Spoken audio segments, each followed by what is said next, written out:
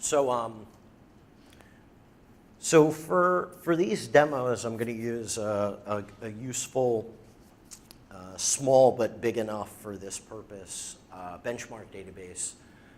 Dell produced it. It's called the Dell Store 2. The idea is they wanted to have something that was familiar as the type of application and that they could run across basically every database.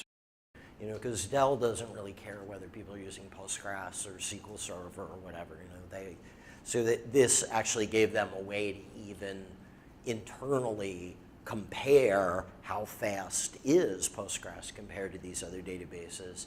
And nothing really all that exciting ever really got done with it because I think someone launched into that project and then, you know, halfway through getting it done, someone took them into a meeting and said, "Are you an idiot? We can't be publishing benchmarks for what databases are better.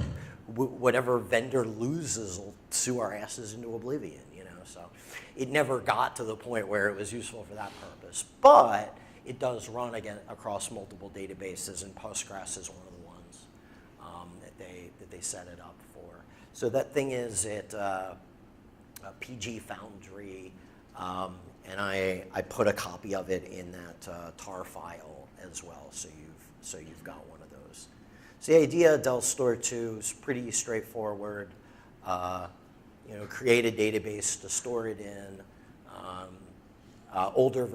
The second line is only for older versions of Postgres. You used to have to install the pgSQL language into the database to use it, and then you just run a bit of SQL to install it. So also, if you're on one of my little class server things, that download, if you didn't get it over there, is sitting in temp. If you just haven't gotten to extracting the files yet. So I just I'll do it from scratch here. So I just extracted that thing.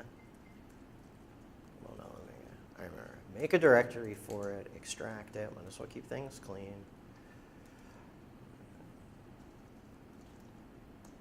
Okay, so what's in here is that database, a setup script for it, kind of the script for what I'm going to do here. Yep.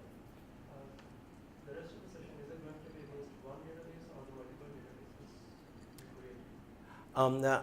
Everything I'm going to do is run against just the Dell Store 2 database is the only thing I'm going to use for this. Right, so just one instance of both. So basically, I'm gonna set this up, and everyone else can set it up. The very first thing that I do is going to just completely trash the server. So just at that point, I'm going to mention we shouldn't all try to do that. But once they get past the really nasty one, and everybody fixes their copy of it, we actually should all be able to do this at once, and and everybody can try following along directly. So let's see how this goes. This aspect of the class is new, so as you can see, we'll see what happens. Most people think I'm crazy to even do live demos at all. But this particular one's worked out pretty well for me. So if you grab the tar file, this script right here does all of the setup stuff on it. So if you're on a system that has you can just follow the steps manually on a Windows system. But if you got something that has any sort of reasonable support for bash on this, we just run this script, and that setup script, it's going to chug through, and give you some summaries of what it did at the end. So that little script has now created a 24 megabyte database. It's big enough that we can make it crash sometimes, but small enough that it's not too big to go around. So the cool stuff that's in here is in this query directory. So what I have done is I have written 4 queries of various quality that run against the Dell Store 2 database. And there's a driver program here.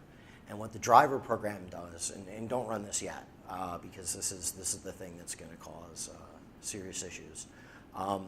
the driver program fires off all of those at the same time. So this is actually something that's really useful to know about in general.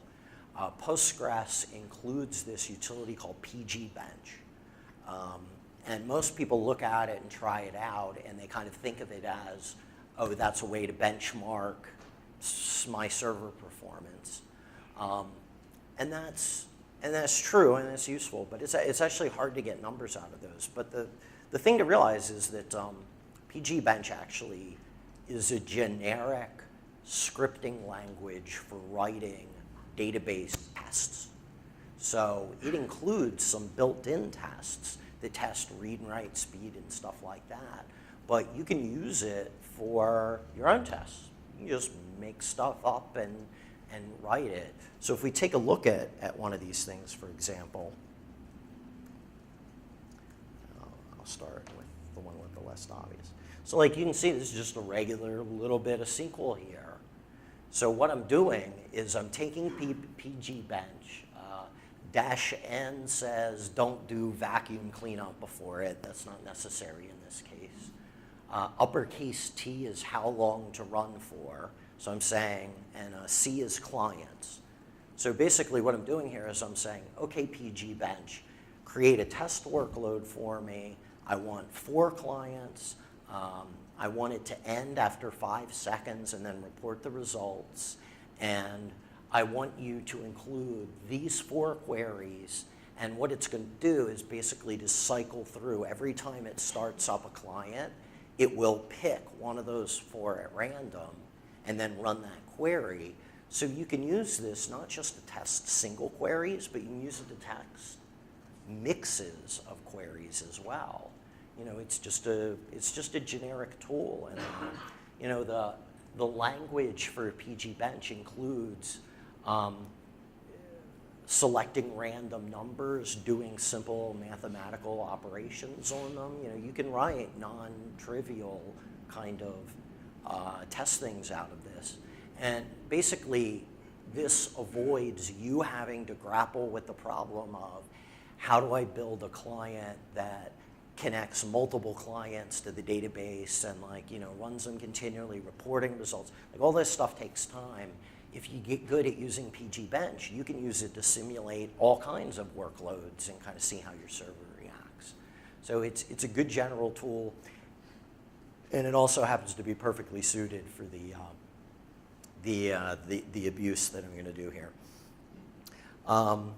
So don't run this part. What I'm going to do is fire off another one of these things.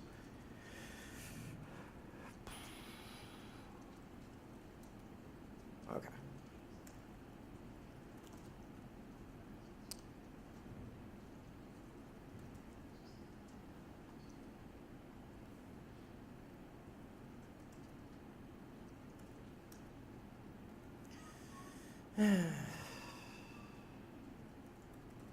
Live demos are always so much fun.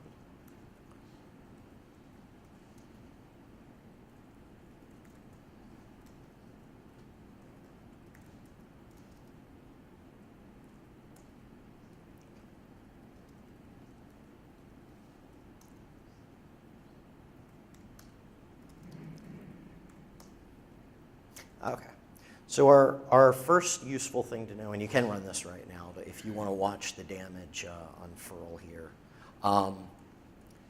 you know, top is a very familiar Unix utility for a lot of people. It shows the load average that I was talking about. The important thing to know about top is when you start Postgres up, it changes the command line that was used to run the program. You can overwrite that in a program.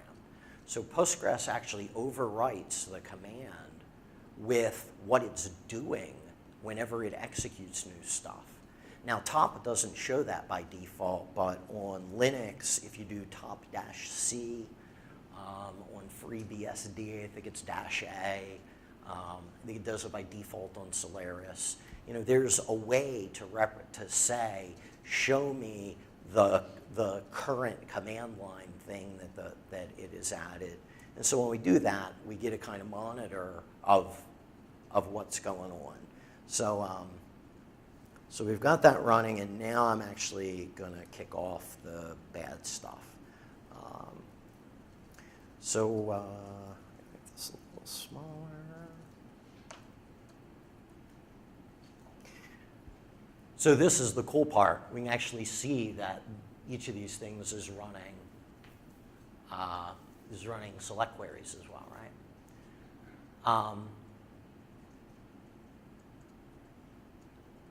So we can see here that there's a lot of time that's going into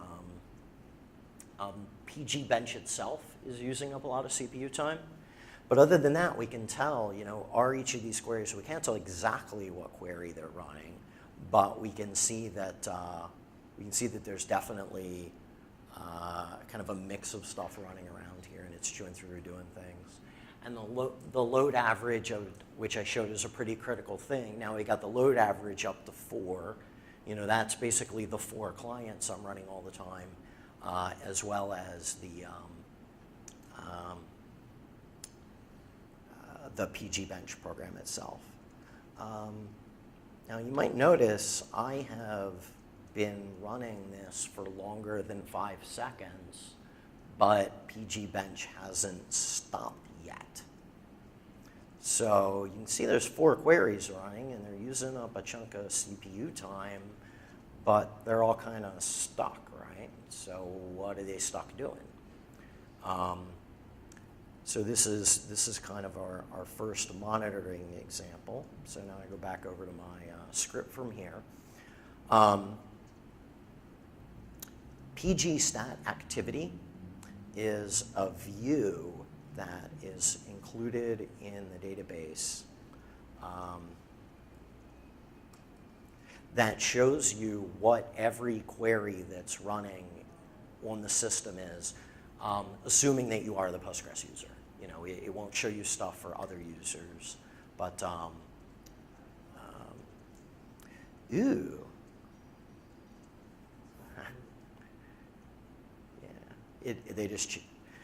So if you're, I said I just switched over to the just released Postgres 9.3 that just came out a couple of days ago.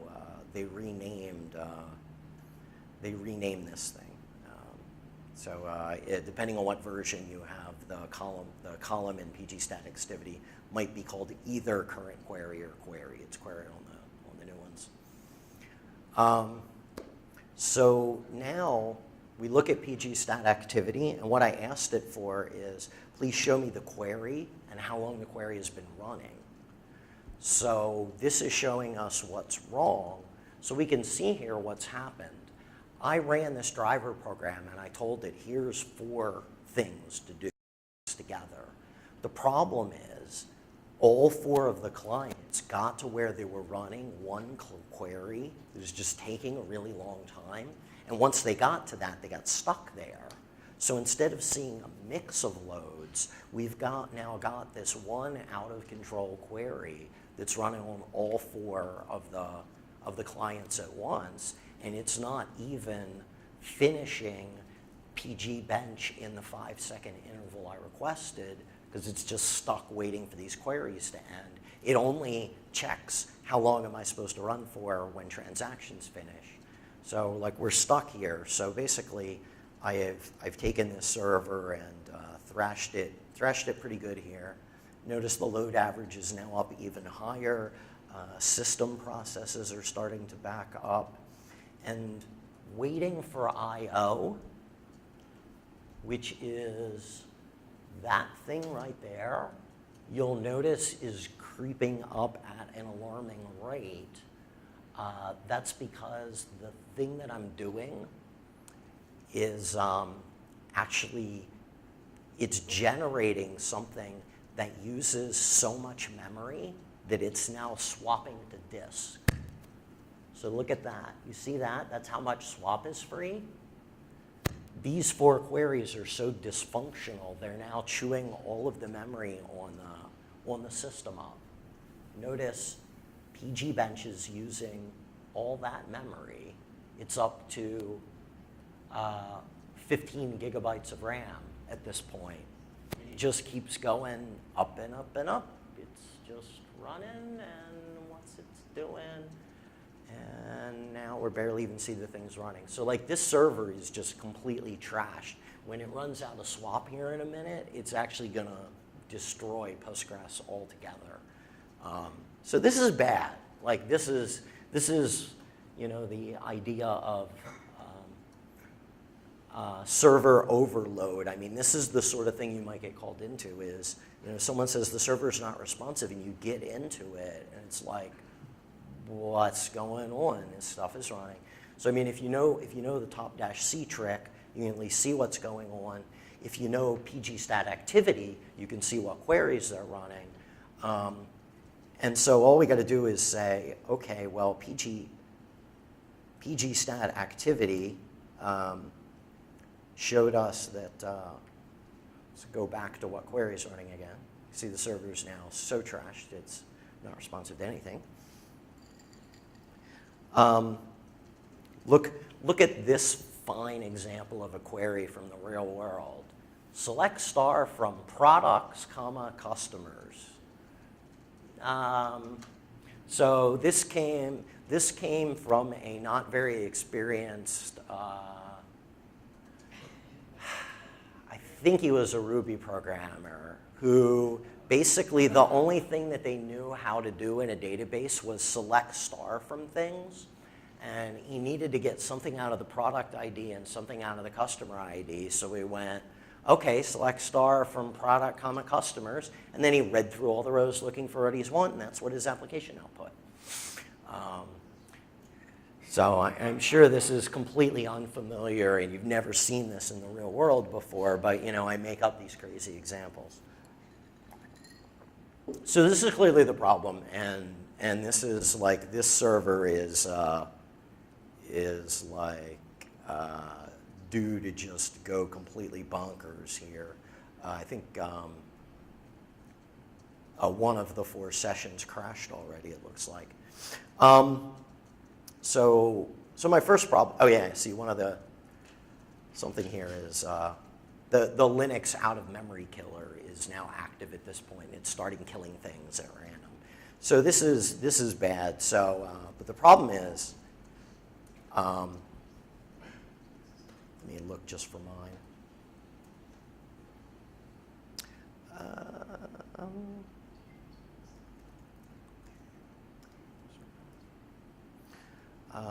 So mine have stopped at this point, but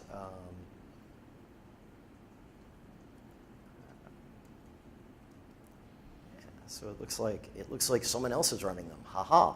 So,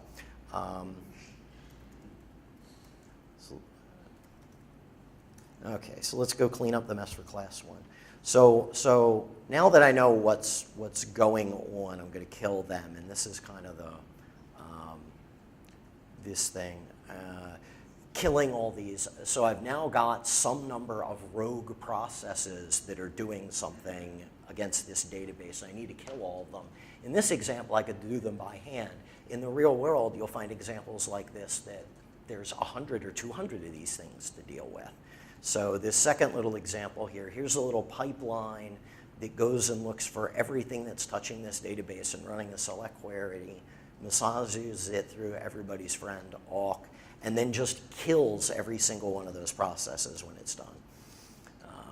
So these, unfortunately, for better or worse, are the sort of things that Postgres DBAs get good at doing, is that. So let's see how we're doing now on these Postgres queries.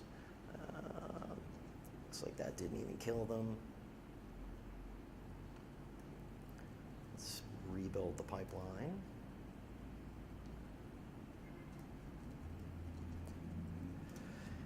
Anyway, cleaning up from this mess is often problematic.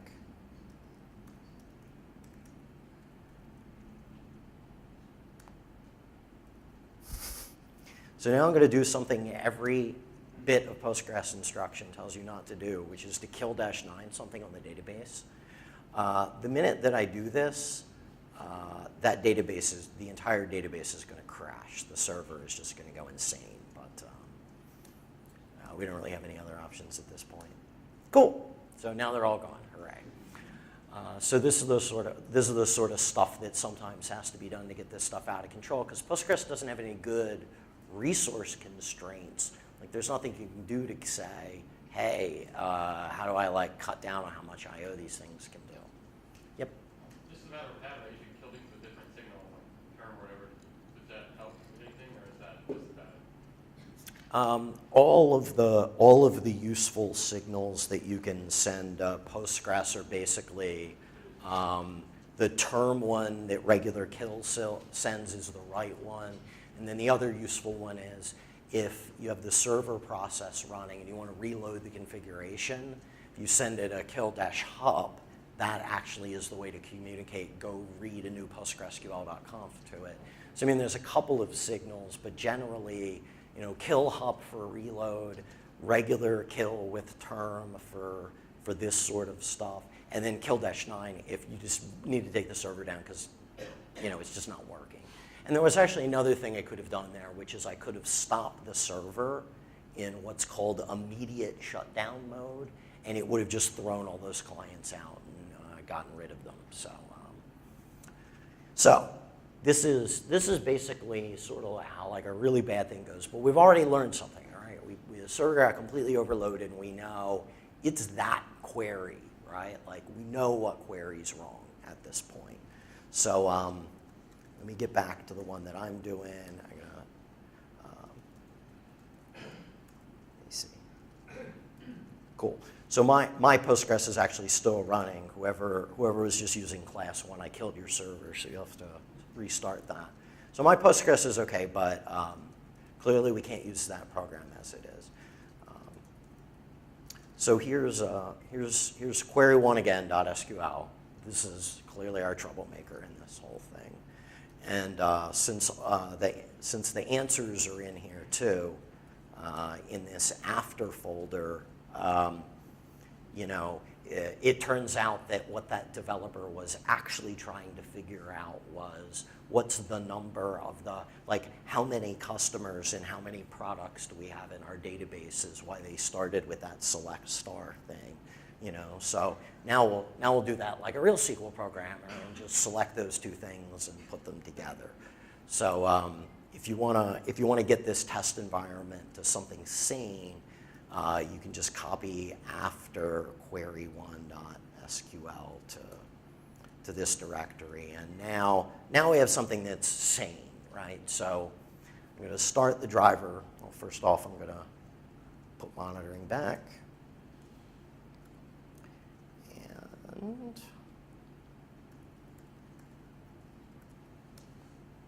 start the driver program. Cool, and it actually finishes now because the transactions are finishing at a good enough rate that it only runs for the 5 seconds that it's supposed to run. So anybody else who wants to run this, you know, make sure you replace your query one with the fixed one, and then you can start out more copies of the driver on this server too. We'll all drag each other's TPS down, but they should all run concurrently at this point. So this is what comes out of pgbench. You know, some of this stuff is more important for other types of tests, but for us this is fine. The important stuff, we're getting 4 clients, we're running a custom query, and I'm getting 78 or 80-ish transactions per second, and that might drop if more people jump on the system, right? So that's clearly not very good, right? Like if I'm only getting 80 transactions per second, something is really heavy here, but what is it? Before I get to that, just an aside, talk about other monitoring tools for a second.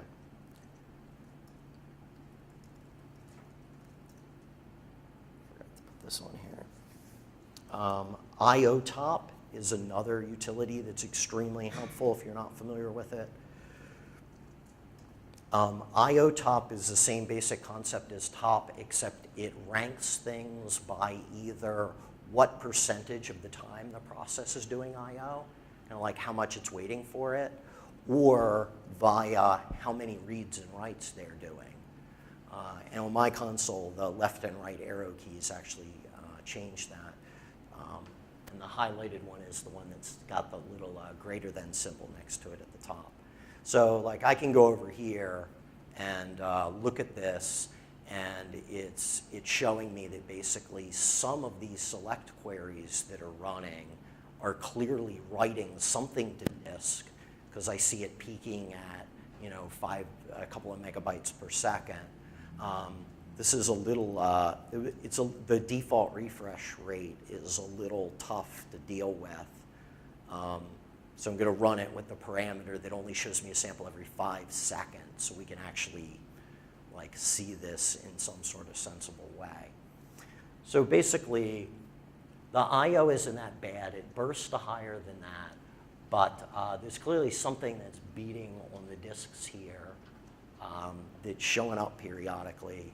Seem to have missed it. And what's interesting is the minute that I started sampling it over a longer period, it stopped even showing up, because it's showing up, writing a burst of I/O and disappearing. So I mean, IOtop doesn't help. So sometimes, unfortunately, your only option is to do the like the really frantic one, because if the process starts and stops fast enough, like averaging over a 5-second period, might miss it. So this is basically showing us that there's something going on with writing. Some other utilities, just to kind of demonstrate the sort of stuff that you can do here. One of the classic server, how's the server doing thing is to run VMstat, and VMstat, you tell it how often you want it to generate a new summary. So VMstat 1 says, show me one every second. And just like the thing I just showed you, sometimes there are things you can see in the 1 second output that just, you can't even catch them if you average it over a bigger period. A lot of these tools, like when I start running this, if you look at it, you notice how it immediately spat one line out. The thing that it spat out immediately is actually an average since the system was up. So a lot of times, if you say write a script that is trying to look at VMstat data, you have to throw away the first line, because that's the average. It's like after that are when the useful ones show up. Luckily VMstat refreshes this stuff. So this is showing us that even though there is some disk activity happening, it doesn't actually seem to be generating a lot of I/O, which might be weird to you.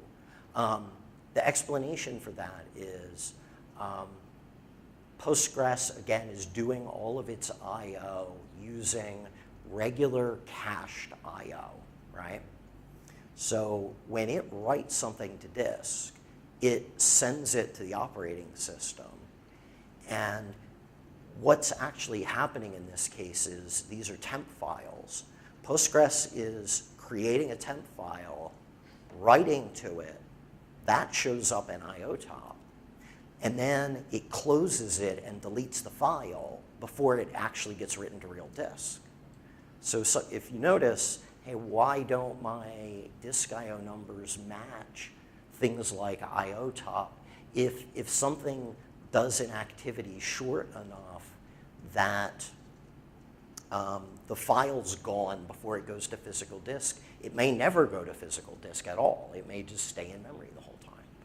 So, all of these things, for better or worse, there are kind of like, I call these two resolutions, I call this one, incident capture level resolution. The things like the Munin graphs, they're grabbing 5-minute snapshots and that sort of thing. But I mean, this is grabbing every second we're getting an updated snapshot. And this is way more sensitive to little things that sometimes just go away if you try to use tools with better resolution on them. The other tool in this classic trio is Iostat. Iostat just shows you what's actually happening to them, broken down on a per disk basis. Usually, I run with this combination, dash MX5. M says, show it to me in megabytes per second rather than blocks. X says, give me extended information about what's happening. And then 5 says, sample it every 5 seconds. Iostat actually has the opposite problem of most of these other tools. If you try to run Iostat with 1 second data, like it flips around so much you can barely follow it. I find I have to average Iostat data over at least 5 seconds just to make any sense of it. And the main reason for that is, like, Postgres has clients, and the clients write data. And then maybe the background writer will write some of the data for them. And then there's a checkpointer process in newer versions. That might write some data. So who writes the data out varies depending on how the data came out of the system. And if you average it over 5 seconds, you get real numbers. You average it over the second, all that happens is you just watch it bounce between the three processes that might run it out. But it's hard to figure out, what's really going on. So if I do MX5, I get this much more useful display. So now I'm getting how much I/O it's really doing in megabytes per second. And I got the question before about the utilization numbers and whatnot. This is that same percent of the time the disk is utilized number coming out. So it's real low there. But this number is actually computed from some of these queue size numbers. It's not measured directly. It's a derived statistic, and that's kind of why it gets a little weird sometimes.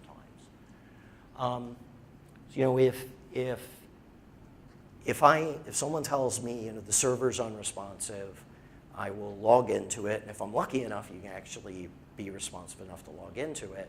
The usual sort of things I'll immediately start doing is pop open a terminal window, start running Iostat, at 5 second resolution, start running VMstat at 1 second resolution, and then look at pgstatactivity to see what the database is doing. There's one last piece of that I like to make people aware of. And now we're getting very deep into Unix-specific tools, but because I think a lot of you are running Unix servers, it's worth talking about. This data, like all this is going by, you might be able to capture it out of the log of your terminal program. But the other really useful thing to know is there's 2 commands. The first is this thing called NoHub. And what NoHub does is take whatever you tell it to do, and it disconnects it from your terminal session, kind of runs it like a background daemon, and it puts a log of whatever it says into a nohub.out file. So watch this. If I do nohub VMstat1 and throw that into the background, it's telling us that's going into nohub.out. I can now look at nohub.out. And this is going to sit here. And now I've got a permanent file of this.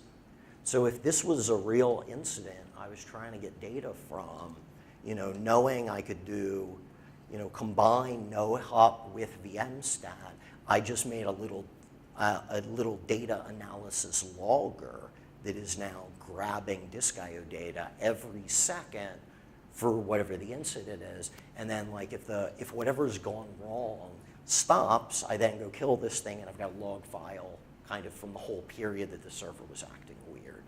So, launching that. The other, and we just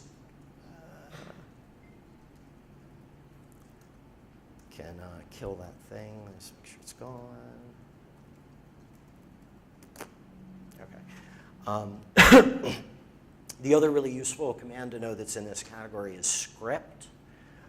If you run script, it now just took that terminal session, and now I've got a new one that everything I type is now being saved to a file called TypeScript. So if I did this, now I could do Iostat MX5 run it for a little bit. I'm watching it while at the same time it's being logged to the file. The incident is over. You log out of the script session. And basically everything that just happened while I was in that session is now saved to that file. So one of the things that I will do almost reflexively is if I've got a server that's having a problem and it's running badly and I'm going to be doing an investigation, I'm going to look at pgstatactivity, I'm going to look at other stuff that's wrong, I will reflexively kick off script and then just let it basically record everything that I do as I look around for the cause. And then when it's over, I'll exit that, and I save that basically as part of the incident log. Like sometimes I'll look at stuff, and it'll go by, and then I'm looking at the incident later, and I'm piecing together log files, and I go, like, wait a minute, what was that like before? And I know I looked at it. This is basically saving everything that you do in a permanent way. So incident capture utilities, knowing about VMstat, Iostat, IOtop. There's another one. It's not preferred on Red Hat systems, but there's a utility called HTOP that is available for Debian, and it's in some of the optional Red Hat repos. HTOP, for example, has the cool property that it'll get you I/O counters on a Red Hat 5 system, which IOtop doesn't work on those, but HTOP does. So those are, and I think this whole list I put in the slides here. Yeah. So these are all the ones we were just talking about. Top-C shows you the string. HTOP, useful for showing lots of stuff. VMstat, Iostat, IOtop. It says low top. That's supposed to be IOtop. Last one, and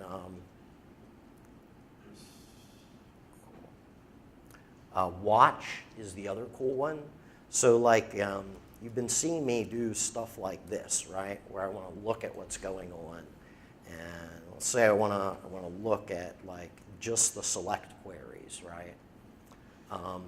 What watch lets you do is type something that generates cool output, and it will turn it into like a continuously refreshed user interface. So I can do watch PAS through grep select instead. And I'm going to get this, and now every second it's going to give me a new updated snapshot of everything that matches that little thing. So you can make your own little like dashboards of what's going on with the server out of the watch utility.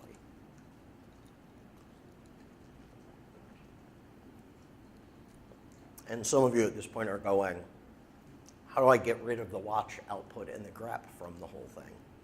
And the standard Unix approach, if you're using grep and you want the output from the grep to not match the grep itself, if you take any character and surround it with brackets like that, it will still match them, but won't match the grep itself. So,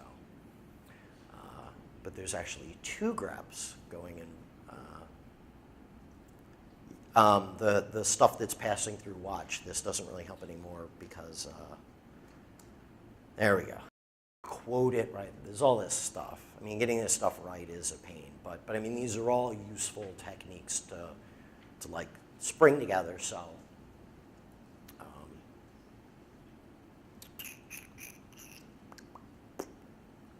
yeah. So, top, HTOP, VMstat, Iostat, watch, and just. Okay.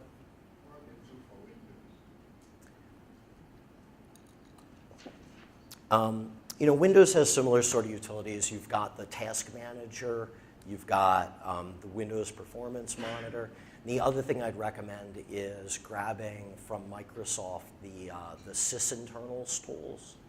Familiar with those? Like those, there's the SysInternals process ID thing. Like that lets you get stuff like that. And most of the Windows tools will let you turn on like capture to disk and be able to replay this stuff. you know, it's not quite as rich like this, but if you get the SysInternals tools and you become familiar with, you know, the process monitoring stuff that comes with Windows, you can basically get it to do the same thing. The other thing that you might consider, you familiar with SIGWin? You know, SIGWin gives you Unix-like tools on a Windows system. If I'm managing a Postgres server on Windows, I tried real hard to get SIGWin installed. And then a lot of these kind of like pipelines and things that I'm used to having, I can make them work, basically port them exactly over. Things like the IO-related ones don't necessarily work right, but you know, like the ability to list processes and kill them in bulk and stuff like that, you can still get scripts like that work.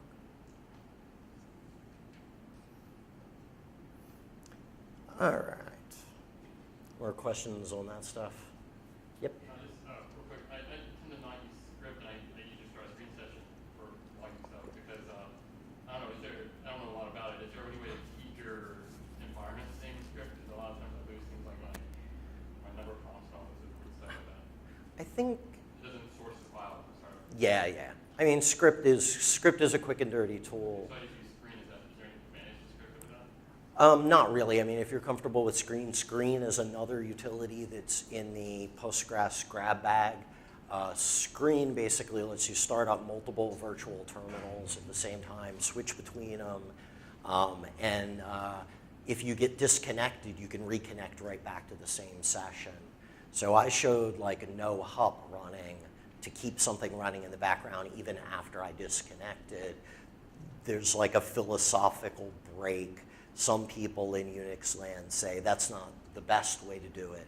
The best way to do it is to run screen, leave it running there, and then you can reconnect to it, still interact with it. You know, these are all basically at the personal choice level. It's like people to be aware of the options, so at least you're familiar with. You know, you can look at them, basically decide which you like. That's why there's kind of lots of ways to do this I'm trying to introduce.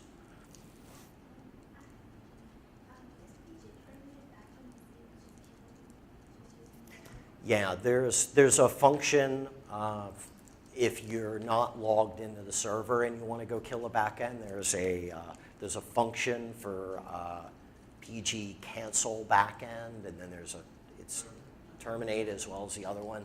So the main advantage of that over what I'm just doing is, let's say you've got a server and you don't have access to the shell. You know, you can't type arbitrary commands like I'm doing here. You can, though, look at pgstatactivity to find out what the process ID of the thing causing you the trouble is, and then you can go kill it with the functions. You know, so you can look up, okay, what's the big query I want to kill, and then type, you know, select pg cancel backend and give it that process ID. So you don't need to have a direct login to the server to be able to look for queries and kill them. The problem is you don't have any way to kind of get a good feel for the resources that they're using without kind of using them with these combined operating system views. Yep. Speaking of pg terminate backend, when you use pg pull, that triggered a fail mode. Do you have an alternative for that? Wow, that is a huge discussion.